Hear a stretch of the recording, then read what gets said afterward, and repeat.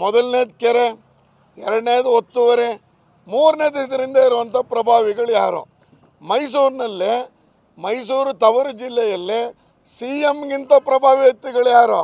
C M ಅವರೇ ಖುದ್ದು ನಿಂತು ಇದನ್ನ ಯಾರಪ್ಪ ಅದು ಯಾಕೆ ಕೆರೆ ಒತ್ತುವರಿ ಆಗಿದೆ ಅಂತ ಹೇಳಿ 2 ನಿಮಿಷಕ್ಕೆ ಆದೇಶ ಮಾಡಿದರೆ ಇಷ್ಟೊತ್ತಿಗೆ ಇದು ಯಾವುದೂ ಇರ್ತಿರಲಿಲ್ಲ. ಹಂಗಾದ್ರೆ ಸನ್ಮಾನ್ಯ ಮುಖ್ಯಮಂತ್ರಿಗಳ ಗಮನಕ್ಕೆ ಬಂದಿಲ್ವಾ? ಅಥವಾ ಶಾಡೋ ಮುಖ್ಯಮಂತ್ರಿ ಅವ್ರ ಮಗನ ಗಮನಕ್ಕೆ ಬಂದಿಲ್ವಾ? ಅವ್ರು ಯಾಕೆ ಸುಮ್ಮನಿದ್ದಾರೆ? ಹಂಗಾರೆ ಮೈಸೂರನ್ನು ಉಳಿಸುವಂಥದ್ರಲ್ಲೇ ಯತೀಂದ್ರ ಅವ್ರ ಪಾತ್ರ ಇಲ್ವಾ? ಮೈಸೂರಿನ ಸಂರಕ್ಷಣೆ ಅವ್ರು ಮಾಡಬೇಕಾಗಿಲ್ವಾ? ಅವ್ರ್ಯಾಕೆ ಬಾಯಿ ಮುಚ್ಕೊಂಡಿದ್ದಾರೆ? ಅಥವಾ ಇವರಿಬ್ಬರ ಕಾರಣಕ್ಕೆ ಜಿಲ್ಲಾ ಮಂತ್ರಿಯವ್ರು ಬಾಯಿ ಮುಚ್ಕೊಂಡು ಕೂತಿದ್ದಾರೆ? ಮಾದೇವಪ್ಪನವರು, ಮಾದೇವಪ್ಪ ಸರ್ಗೆ ಎಲ್ಲ ಇದೆ, ಎಲ್ಲವನ್ನು ನಿಭಾಯಿಸುವಂಥ ಶಕ್ತಿ ಇದೆ. ಯಾಕೆ ಈ ಕೆರೆ ಒತ್ತುವರಿಯನ್ನು ಬಾಯಿ ಮುಚ್ಕೊಂಡಿದ್ದಾರೆ?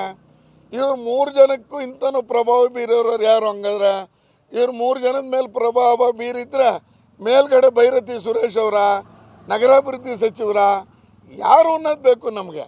ಇದರ ಹಿನ್ನೆಲೆಯಲ್ಲಿ ನಿಮ್ಮಗಳ ಸಹಕಾರದೊಂದಿಗೆ ಮೈಸೂರನ್ನು ಮೈಸೂರಾಗೆ ಉಳಿಸ್ಬೇಕು, ಮೈಸೂರು ಕೆರೆಯನ್ನು ಮೈಸೂರು ಕೆರೆಯಾಗೇ ಇರಬೇಕು. ತಕ್ಷಣವೇ ಇನ್ನು ಮುಂದಿನ 48 ಗಂಟೆ ಕಾಲದೊಳಗೆ ಈ ಕಾಂಪೌಂಡನ್ನು ತೆರವು ಮಾಡಲೇಬೇಕು. ಮಾಡಲಿಲ್ಲ ಅಂದರೆ ಯಾವ ಏನೋ ಕೇಸ್ ಮೈ ಮೇಲೆ ಹಾಕ್ಕೊಂಡ್ರೂ ಪರವಾಗಿಲ್ಲ, ನಮ್ಮ ಮೇಲೆ ಏನು ಕೇಸ್ ಬಂದರೂ ಪರವಾಗಿಲ್ಲ, ನಾವು ಮುನ್ನುಗ್ಗಿ ಕಾಂಪೌಂಡನ್ನು ತೆರವು ಮಾಡುವಂಥದ್ದನ್ನು ಅದಕ್ಕೆ ಅವಕಾಶವನ್ನು ಮಾಡಿಕೊಡ್ಬೇಡಿ. ಎಮ್ ಎಲ್ ಎ ಮೇಲೆ ಕೇಸ್ ಹಾಕ್ಬಿಟ್ಟು ಭಾಳ ದೊಡ್ಡ ಮನುಷ್ಯ ಅಂತ ಮಾಡ್ಕೋಬೇಡಿ. ಆದರೆ ಕೇಸಿಗೆ ಹೆದರಲ್ಲ, ಯಾವುದಕ್ಕೂ ಹೆದರಲ್ಲ. ನೀವಿನ್ನು ಇವತ್ತು ಶಿವರಾತ್ರಿ ಮುಗಿದ ಮಾರನೇ ದಿವಸದೊಳಗೆ ಕಾಂಪೌಂಡ್ ತೆಗಿಲಿಲ್ಲ ಅಂದರೆ ನಾವೇ ನಿಂತು ಕಾಂಪೌಂಡನ್ನು ತೆರವು ಮಾಡಬೇಕಾದಂಥ ಪ್ರಸಂಗ ಬರುತ್ತೆ. ಜಿಲ್ಲಾಡಳಿತ ಮತ್ತು ಜಿಲ್ಲಾ ಉಸ್ತುವಾರಿ ಸಚಿವರು ದಯಮಾಡಿ ಗಂಭೀರವಾಗಿ ಈ ಪ್ರಕರಣವನ್ನು ತೆಗೆದುಕೋಬೇಕು ಅಂತ ಪ್ರಾರ್ಥನೆಯನ್ನು ಮಾಡ್ತಾಯಿದ್ದೀನಿ.